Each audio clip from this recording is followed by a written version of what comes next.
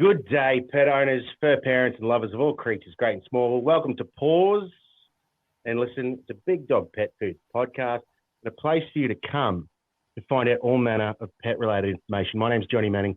Today I'm talking to, this intro is going to be good, creative director and founder of Shy Tiger, which is a vet-created, pet-appreciated natural health and lifestyle products company, Melbourne veterinarian and owner of Mount Albert Vet Surgery, the one, the only, the pet-tastic, Dr. Nicole Rous. Welcome, Dr. Nicole. This is great to have you on our podcast today. Thank you so much, Johnny. That was quite the intro. I enjoyed that. I told you it was going to be a good intro. I'm glad it met the expectations. Hey, Dr. Nicole, you're such a rounded, I guess, animal advocate and animal professional, but I want to take it back a little bit. Why be a vet? Tell me, what was the catalyst to you becoming a vet way back when? Yeah, good question. And it's one of those sort of classic vet questions, I think, isn't it? I think I'm one of those walking cliche vets that I grew up just wanting to be a vet. And I, to the point where I actually just assumed everyone grew up knowing what they want to do in life. So I was probably 6, I think, when I decided I wanted to be a vet, and just never changed my mind. I never thought there was another option for me. It's always what I wanted to do. And it took me a while to get into vet school. But once I got there, and then obviously became a vet, and I've loved it every day since. And I know a lot of people who grew up like me wanting to be a vet and then became a vet, and it wasn't quite the profession that they were expecting. So that would have been really challenging. So I'm actually quite grateful that, I always knew what I wanted to do, and then I got to do it and still love it. So yeah, it's one of those just very fortunate people that always knew what they wanted to do in life. I'm glad it wasn't like pulling the curtain back in Oz. I'm glad it was all that you imagined it to be. Hey, and one thing I did forget during that incredible and comprehensive introduction was Pudding, who was on camera just before. She's asleep on my lap. Yes, hey, Pudding is a 1-year-old griffin, and they're quite commonly known, griffins, as a Velcro breed. So yeah, they just sort of attach to you. So she does, as soon as I sit down, she tends to be on my lap. And I can probably turn the camera for anyone watching the video version of this. You can see there's Pickle, who is the OG of Shy Tiger. So she's 3, and she's my rough-coated griffin who has a bit more independence. Okay, very good. Well, so you've just told us, why you wanted to be a vet. It's basically a lifelong ambition, which is really, really cool. Tell me this: when you're at vet school versus coming out of vet school into the wide world of actually being a veterinarian, how was that learning curve versus what you learned in university, out in the real world? Yeah, that's interesting. So I think, I did a science degree and then I did my vet degree. So I was at uni for 9 years all up before I headed out into the big wide real world. Are you Van Wilder, are you? Yeah, I was 27 before I became a vet. So yeah, I think you're in a bit of a bubble in vet school. And I think you obviously, you don't know what you don't know. I was lucky that through vet school, it was a strategy as well, but I did a lot of vet nursing. So I was exposed to clinical practice quite a lot. I worked in emergency and specialist clinics. So when I graduated, I had a lot of nursing skills on my hands, and I'd been exposed to clinical practice. So that was really good. But I don't think anything prepares you for the responsibility of having a child's life, whether that's a human child being a human doctor, or a fur child being a vet, that life in your hands and the responsibility of that decision-making. So, when nothing can prepare you, when the sick animal comes in and the owner's putting their pet's life in your hands, and it's up to you whether that pet lives or dies, no one can prepare you for that. So that took a while, and I was glad I was older. I was glad I was 27 before I was doing that. And I do feel for the young vets when they're, 22 coming out of vet school and all of a sudden they're handed that responsibility. That's huge. And then there's one thing to be book smart, so you passed all your exams, I guess everything about the physiology of how the body works, but putting it into practice and making real life recommendations to pet owners. They don't, there's no Medicare in the pet world. So every time you want to do a blood test, it costs a lot of money. Every x-ray costs a lot of money. Sometimes when you get specialists involved, that costs a lot of money too.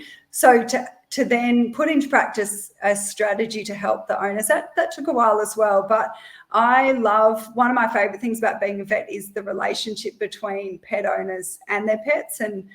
And I thrive off that and nourishing and nurturing that relationship. So I really enjoy that clinical practice. Sometimes it can feel a bit like counselling, but it's in a really nice way. So yeah, it's very rewarding, but that was quite a steep learning curve, learning that. It's funny, you just said before you knew some people, had some friends who wanted to be vets, became vets, and then realised it wasn't for them. Do you think what you said about that responsibility of having a fur baby in your hands, do you reckon that maybe fed into these people not wanting to do that, and potentially because they were at a young age and they didn't necessarily, I guess, know how to handle that responsibility? Yeah, I think so. I think the reality of the daily grind of a lot of jobs is not what kids, have in their eyes. I think particularly as a vet, everyone grows up thinking we just cuddle puppies and kittens all day long. That'd be really nice. But everyone thinks it's going to be like a country practice.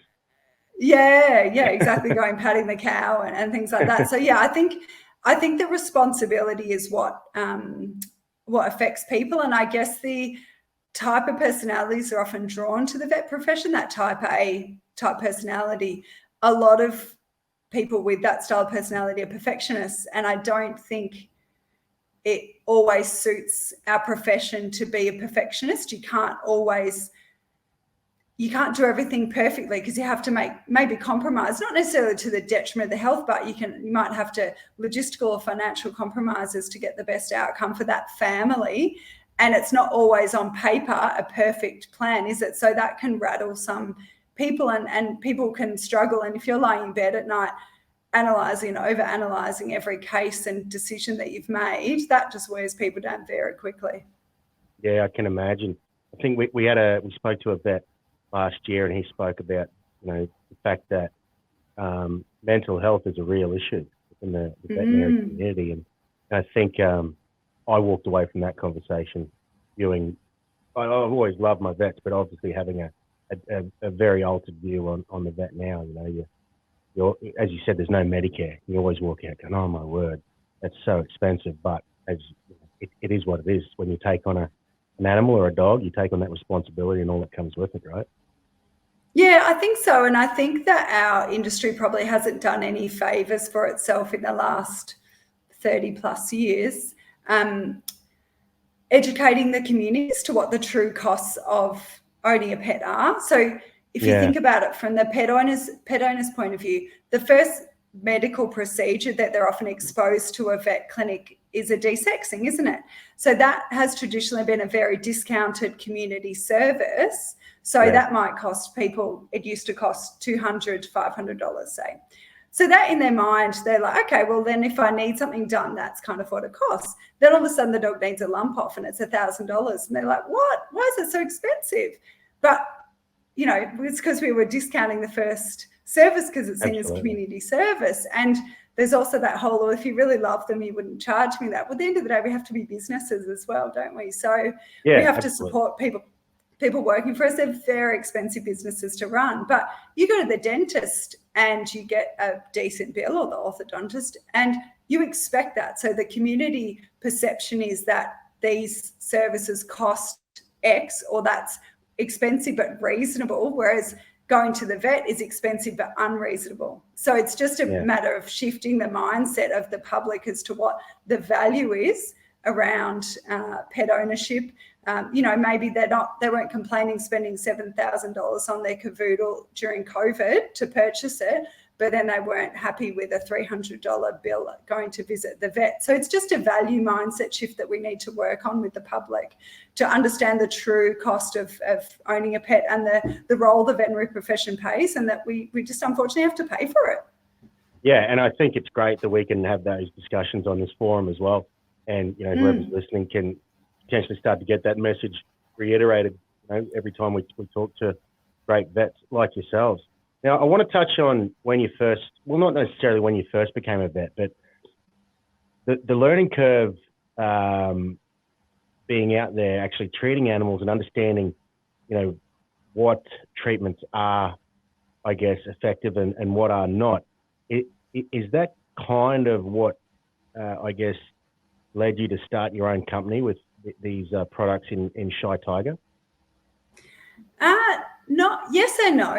I think that, so I would consider myself an integrative vet. So I do a lot of conventional medicine as well as natural integrative practices. I think what the catalyst for that switch was, which that happened before I started Shy Tiger, was, again, a bit of a walking cliche, when I had my own human children. So when I had my first human child, that was 2014. I'm glad you're making that distinction. I had my first human child. So she had eczema as a kid, as a baby, and I have eczema, good genetics. I had gestational diabetes through it. And she then developed she's anaphylactic to tree nuts. So I've always been relatively healthy, but not super passionate about gluten and dairy and things like that. But when I had that switch with her, where I was looking at, well, now I'm responsible for a human, what can I possibly do to reduce her allergies, to improve her quality of life, to, stop any suffering, give her the best life, which is what we want as pet owners. Then I started to look at the role of gluten, more dairy, more processed foods, more. And again, I wasn't eating badly, but I wasn't so focused on it. I was probably having, a bit more sugar and processed food than I needed to. So once I started to do that, I'm like, okay, you get a bit of a penny drop. You're like, well, why is it any different for our pets? And then I had that epiphany one day where you're like, okay, well, if I took my fur child to the doctor, and I'm picturing my human child, and they said to me, and I'm not saying this because I'm with Big Dog or anything like that, but this is what triggered me to switch to fresh feeding. I was like, if I took my fur child and they said to me, you pick one cereal, one synthetic vitamin, a protein powder, and you feed that to your human child every day for the rest of their life, and that will give them their best health, I just look at them like they were stupid. And I'm like, and then I all of a sudden became so embarrassed that my whole profession is the only profession that recommends 100% processed food for the best life. I'm just like, it just doesn't, these are very intelligent people. Vets are intelligent people. It just doesn't make any sense. And then you look back into it and you're like, well, hang on, maybe the people that lectured us nutrition, maybe we didn't get enough education around it. Well, and how much time at university you spent on canine nutrition? Oh, it was relatively negligible that I can barely remember it. So, but when you're in the lab, you see footage, they're all wearing white coats with brands on them, right? Like I don't remember it. I guess what I remember from the big companies was more whenever we'd have a Barbie grog or some sort of social event, the banners would be there. That's sort of what I remember. I don't remember it being quite, and in our, the vet school and stuff like that, lots of things were sponsored by them. You know what I mean? So it wasn't as obvious. Like, I guess I wasn't as aware that the lecturers may have been tied up with some of the big companies or anything like that.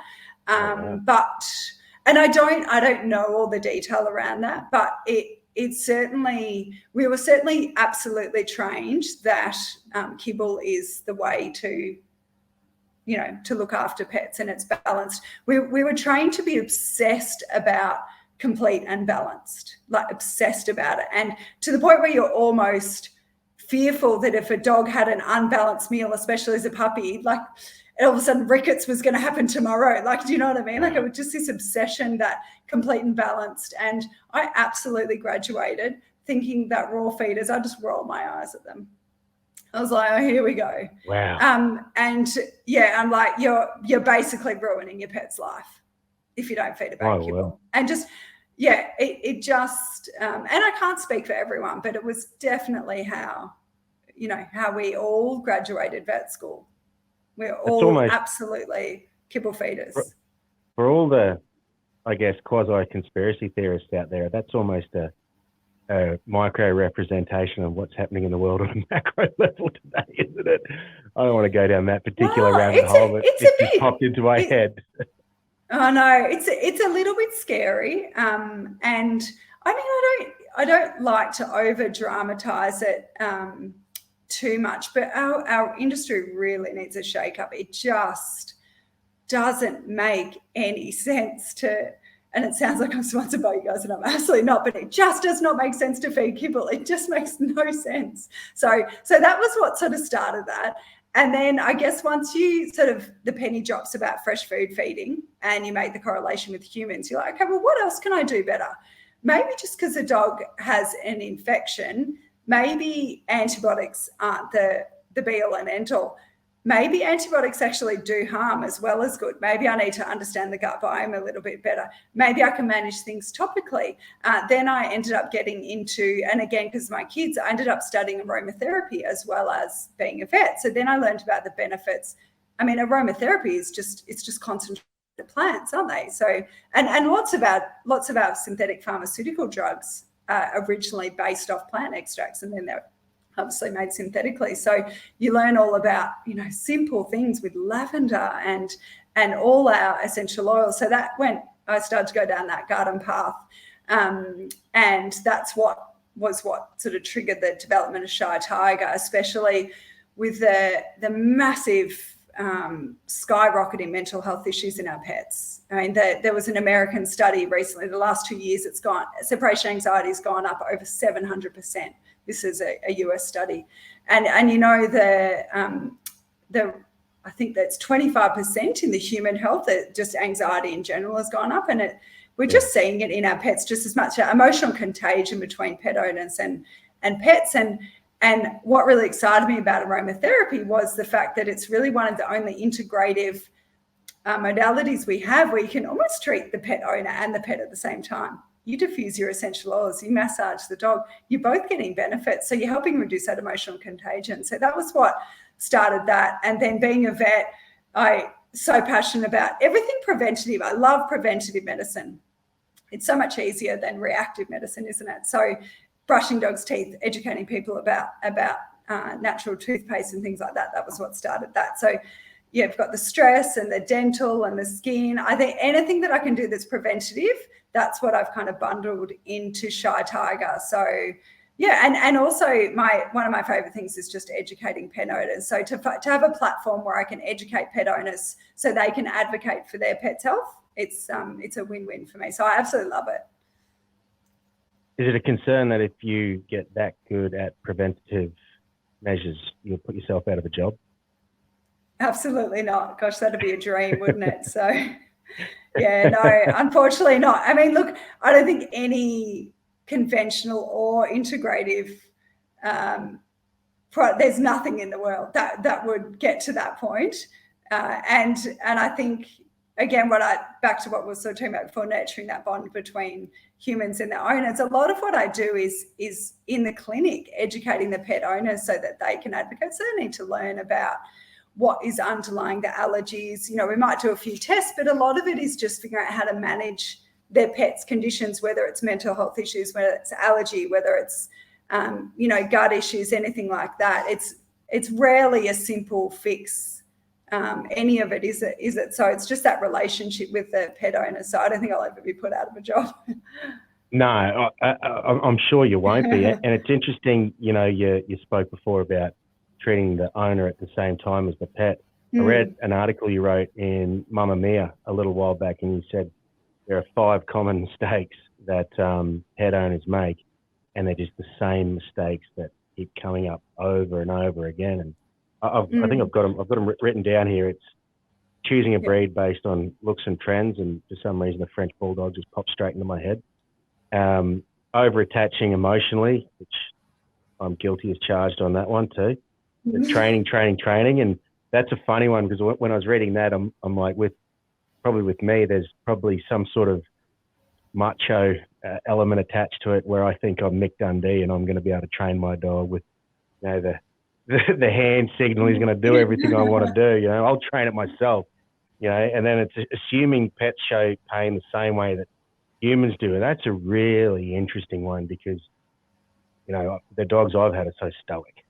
They just never show anything wrong until it's almost a tipping point, and it's usually midnight on a Saturday night when you have to rush them to the vet. And if they'd told me a couple of days earlier, it would have been a much nicer trip to the vet at midday on a Thursday.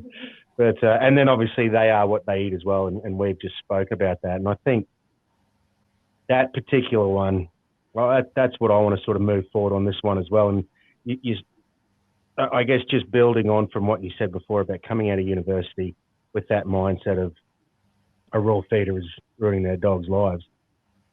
Can you remember what specifically? I mean, you said it was when you had the human child as well, but then how did that then manifest itself into how you treated your patients moving forward? When you said you had that penny drop moment, what did you do then? How did you go, okay, now I need to put this into practice? What did you do? So I think I mean, being a scientist, a lot of it's just research, isn't it? So you start researching and then finding a community of like-minded people. So I'm an admin on a Facebook group, Natural Veterinary Practitioners. So it's an Australian-based Facebook group. So you've got a few well-known fresh feeding vets on it. I don't know if you know Kelly Halls from Benton's Road. So she's quite well-known with fresh feeding. So she's a good friend. Matthew Muir, who's part of the Leica group, and lots of other fresh feeding vets, some of the smartest vets in the country. And I love them because they're absolutely evidence-based scientific vets. They've got research papers, but they've got a wealth of experience as well. So we all want to practice evidence-based medicine, don't we? So but surrounding myself with people like that, as well as my own research, gave me the confidence to start opening up those conversations with pet owners. And when you become a bit more open-minded, that's, I think, when you start to learn a bit more as well. So a lot of my clients taught me so much. I spent 12 years doing mainly reproduction work as a vet, so making a lot of French bulldogs. So I think breeders are often a fountain of knowledge. They've got a lot of years of doing things. So I learnt a lot off them. And I think I did it at a good time where there were a lot more new players on the market with fresh feeding as well, so that it wasn't just pet owners having to come up with their own homemade recipe, which makes vets nervous. That's without a doubt.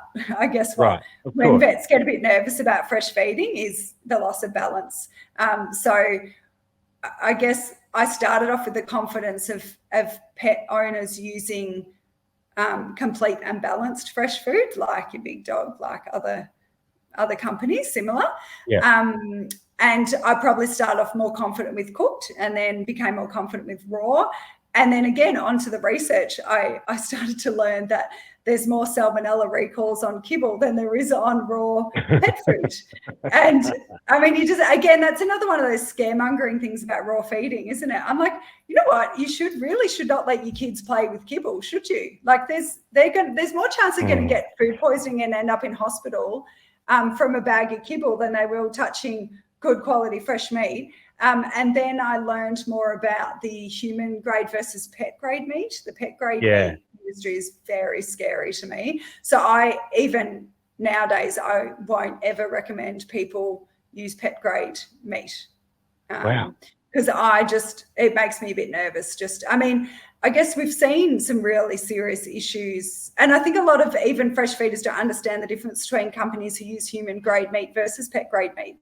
Don't you think? I don't know. I find when I talk to people about it, they're not aware that there's some companies that use human grade versus pet grade. Well, I think, purely for cost basis, there would be some that do, but I don't think it's, as you said, I don't think it's well known that some do and some don't, But at Big Dog, we've always said it's human grade products. So I think, there's certainly a good argument to have that honesty up front when you're selling to the public as well. Quick one. What's the difference between fresh feeding and raw feeding? Or is it the same thing? Fresh feeding is, raw feeding is a component of fresh feeding. So basically when I'm talking about fresh feeding, I'm basically saying that food that's not highly processed. So Gotcha. in fresh feeding, so it can be raw, it can be cooked. And when we talk about cooked, I do talk, so I'm just putting the dog down. When we talk about cooked, I talk to people about the style of cooking as well, because obviously anytime you heat a protein, it changes its makeup, doesn't it? So I like to educate people that what freeze drying does, what dehydrating does, and what cooking does, and what sous vide style does. But I would still all encompass it into fresh feeding. In that sort of mix, and then obviously highly processed, so tin and kibble just gets put out. Yeah, I mean, anything's better than a flavored biscuit, right? You know, any of those fresh elements that you said are better than a burgering. Well, a lot of people get a bit confused now with the difference between some of the dog rolls versus tinned food. They think it's quite similar. You know how you get some of that cooked food in the rolls? So I, explain, if you Google how tin food's made, it's just, oh my gosh, disgusting. It's so gross. I'm probably not going to do that. I don't think. I don't need that information kicking around in my fragile brain at the moment. So when you're mindset's changing throughout this process, when you're a vet and you're starting to move towards the fresh feeding and you're tackling those issues with your clients and your patients, but you're obviously also probably in constant communication with other vets and things like that. Did you get any pushback for taking a more non-traditional approach amongst the veterinary community? Were you a pariah at any time and kicked out of rooms and everyone looking at you? Still am. No, not in this room. So I basically ended up I basically chose to buy my own vet clinic so that I could practice the way I wanted to. So if you're in a very conventional clinic, it is still, unfortunately, to this day, quite challenging to be a fresh feeding vet, because more than anything, it's actually quite confusing for the pet owners to come into the clinic. They'll see one vet and one vet's like, I think you should include fresh food as part of the diet, and that's going to give your dog your best life. Then the next time they visit a vet and it's got an ear infection and they ask what they're feeding and they're like this, and they're like, oh, what are you doing? You need to go and feed kibble. So that the client's being tossed around and confused, and that's not going to help anyone. So if you're in a conventional clinic as a fresh feeding vet, it just doesn't work. So ended up buying our own vet clinic so I can practice the way I want to. That makes complete sense. It's funny. Every time I'm in not every time now, but when I used to take the dog to the vet, what are you feeding it? I'd be like, I can't say. What do I say? But after a little while, it just became, I feed them raw food. Sometimes you'd see the vet give you a sideways look, and every now and then you get a vet who goes, great. I think you might be my vet moving forward. So it's funny. I think from a pet owner point of view, we feel those same sorts of, I guess. You feel judged, don't you? Feel judged. But I think it is. I do think it's getting better. So I did a bit of a poll on this in the Fresh Feeders group. There's a big Facebook group, for anyone who doesn't know, called Fresh Feeders, Kibble Feeders Welcome. So it's an Australian-based group. It's got about 80,000 members. Fantastic group, wealth of knowledge in that group. But I basically polled them just to see if they feel that there's been a shift in the vet population to accepting fresh feeders. And I think that the results basically suggested that the vet profession is slowly moving away from very anti-fresh feeding, which is how it was when I graduated 15 years ago. And now there's, I guess, a large population of vets which I would consider a neutral on the topic. So they may not be pro fresh feeding, but they're not anti anymore. And I think that's good. That's part of the transition. You can't expect our profession to do a complete 360 on it, or 180, I should say. You can't expect us to do a full shift. It's going to be a process, isn't it? So the fact that we've moved a large percentage of the profession to the neutral category, and then we just need to push them to realizing the benefits of fresh feeding. That's really good. So there's a few more vets around that are pro fresh feeding, but there's a lot more that are at least accepting and not anti, trying to shift the clients back to bags of kibble. So I don't know what your experience is. Yeah, well, I think I think my personal experience is that it is, as you said, more accepted, whether it's promoted or neutral. But I also think as well, in this is the opinion of an idiot, which is me. It seems like it's being more consumer driven than anything else. Whereas, as you said previously, the vets would come out of the vet school with this, tunnel vision approach that it's kibble and nothing else. But this is a sort of a groundswell that's coming from the other side. It's whether they're making it themselves at home or whether they're purchasing the formulated products such as Big Dog. It's almost like a consumer-driven trend, isn't it? Yeah, absolutely. I mean, I have every day in clinic. I'm in Mont Albert in eastern suburbs of Melbourne.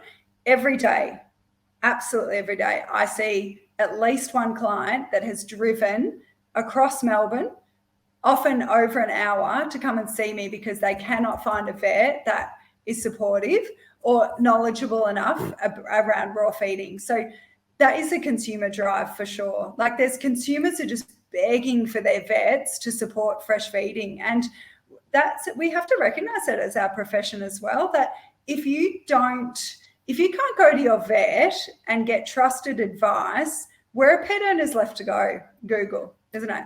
Yeah. Or hopefully good Facebook groups, but it really is then left up to Google. And we are such a trusted profession that we need to give this advice to the pet owners, so they're just going to go elsewhere. Yeah. Well, tell me this now. You've spent time as a vet abroad, haven't you? Yes. So when I first graduated, I was in England, but that was only for about 6 months. I wasn't there for very long. I was going to ask what your view is of how, I guess, progressed Australia is. Are we behind the trends, or are we leading the trends versus a place like the UK? I mean, they probably don't live as healthy a lifestyle as us, from a human point of view. But yeah, it's an interesting one, isn't it? I definitely don't think we're ahead, for sure. Yeah. I think that's, I don't know exactly where we are, but there's so many facets that we're very conservative. I mean, I guess we're really interesting in Australia because we've got some interesting proteins, don't we? We've got our kangaroo and our emu and our crocodile and things like that. So we do, and we've got so much fresh food. We have so much access to make so many beautiful foods. But I get the impression that in places, I was talking to one of my followers last night, and she's moving from Scotland to Melbourne, and she said she was having a lot of trouble finding balanced pre-made food for her dog, and it's got to stay in quarantine. It's got food allergies and things. So yeah, I guess the nature of the size of the market in Australia probably means we're behind because there's just not as big a demand, the size of the prize, but there's still not enough fresh feeders relative to the whole population. The fresh feeding food and the integrative complementary health is still not making up enough of the market percentage-wise in Australia. So I think we are behind the eight ball. And then one of my other favourite topics is that we're just hopeless with CBD oil and things. We're so far behind the eight ball on that. It's legalised in so many countries. It's ridiculous. Oh, don't get me started on that. Oh, my gosh. So I lived abroad for a couple of years with my dogs, and I was giving them CBD oil every day. Yeah. Every day. Yeah, I write scripts for it all the time, so I do use a lot of CBD oil in practice, but my clients are having to pay $200 a month to access good CBD oil in Australia because it's just not, you can't access it. It's so hard. So it's infuriating, the CBD situation here. Yeah, you know what, at the risk of turning this podcast political, I think that's, for me, that's a platform that we are so far behind on as a community, our country, and and Queensland's actually worse than the rest of Australia, in my opinion. I'm a dyed in the wool Queenslander, but when it comes to things like that, we are a nanny state. We refuse to budge on those things from just age-old conservative views, and it really bothers me. Well, isn't it bizarre? So we're so strict on that, and then yet you look at the regulations in the pet food industry and they're hopeless. So they're not. It's the AFCO standards are, well, in my opinion, people think they're the. So AFCO, for anyone that's listening, is like one of the standards that pet food companies have to abide by with the protein levels and nutritional levels in the food. And a lot of people think that they're optimal levels, but they're like the bare minimum, aren't they? So, and they're so low. Like we've got pet foods running around that are sitting at, 11% protein. And it's just, and so full of carbs. And you're like, dogs don't even have a carb requirement. Why? Like this is, how do people get away with making it? The food industry infuriates me, absolutely infuriates me. So, and then they're so strict on CBD. Does that make sense? Okay, so we've got to probably pull this to a close. I think we could go on for another couple of hours on this, Dr. Nicole. But I want to finish off by busting a couple of myths. Yeah. Raw and fresh feeding isn't complete and balanced. Go. Was absolutely. Well, gosh, this is another half-hour podcast to answer this. Raw and complete is absolutely. It can be not balanced without a doubt. So the days of picking up a kilo of mince and frozen veggies and rice, absolutely that is not balanced. But there are so many fantastic foods on the market now, including Big Dog. And again, this is not sponsored at all. I absolutely recommend Big Dog in my clinic. You just need to get a balanced raw or fresh food. Or if you don't want to do that, there's plenty of resources available where you can learn how to balance it yourself. But it is absolutely balanced. You do not need to add anything. If you're feeding your dog a complete and balanced raw or fresh food diet, you don't need to add anything. It is far superior to a bag of kibble or a tin of dog food. Hands down, no one can argue any other way. Fresh feeding's too expensive. Go. Look, fresh feeding can be made expensive, but it can also be it can be done really well at a budget. And I guess I would get people to look at the bigger picture than just the food. So, of course, if you're comparing a dog of supermarket tin food compared to the same volume of fresh food, yes, it is more expensive, but in the scheme of things per day, it's not that bad. It's just where you may have a mindset of the value of pet food. And then if you're looking at the health consequences of feeding a highly processed food for your dog's life, I can guarantee you those vet bills that you're going to incur along the way and the heartbreak of your dog living a shorter life. What do you want? Diabetes, pancreatitis, cancer, take your pick. They are going to far outweigh any difference in that slight day-to-day cost of processed food versus a fresh food diet. But you can absolutely make it to your budget. There's a lot of flexibility with fresh feeding. I couldn't agree more. Now, the other two myth busts I'd written down, we've just covered. One was on AFCO and the other one was the dogs and humans are going to get sick from feeding raw. And we've covered both of those. It was there you go. More likely to get salmonella from the kibble and we spoke about the AFCO. So we've covered it. Yes. Dr. Nicole. There you go. Great job. Now, if people want to get an idea of what you do with Shy Tiger and with your veterinary clinic as well, how do they find you? So I'm on all socials. So at Shy Tiger Health. So SHYTIGER, Shy Tiger, which is symbolizing the modest strength that natural health does. That's where Shy Tiger comes from. So Shy Tiger Health on Insta, Facebook, and I do attempt TikTok as well occasionally. And the vet clinic is at Mont Albert Vet. So Mont Albert Vet, and both websites, shytiger.com.au and montalbertvet.com.au.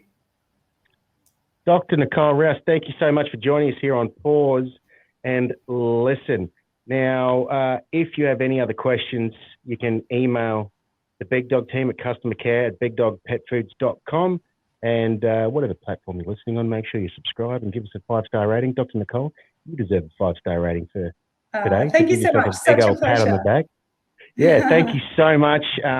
Give the two pooches there with you today, Pud and is it Pud and Pickle and Pudding? I remember Pickle and Pudding. Give Pickle and Pudding a big scratch. Bye, guys. Thanks so much. Thanks so much, Dr. Nicole. And if you're listening out there, give your pooches a scratch from both of us. We'll catch you next time.